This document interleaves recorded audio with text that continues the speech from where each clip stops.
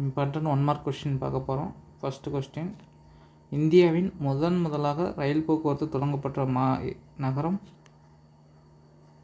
மும்பை மற்றும் தானேக்கு இடையில் தான் முதலாக ரயில்வே போக்குவரத்து தொடங்கப்பட்டிருக்கும்.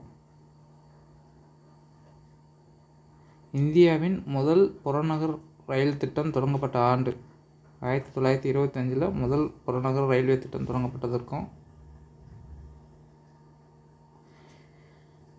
இந்தியாவில் கிழக்கு நோக்கி பாயும் ஆறுகளில் தவறானது.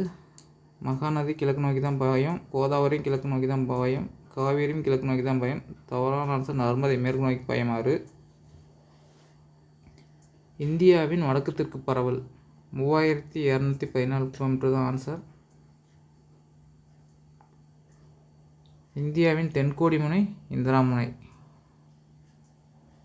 தேங்க்யூ.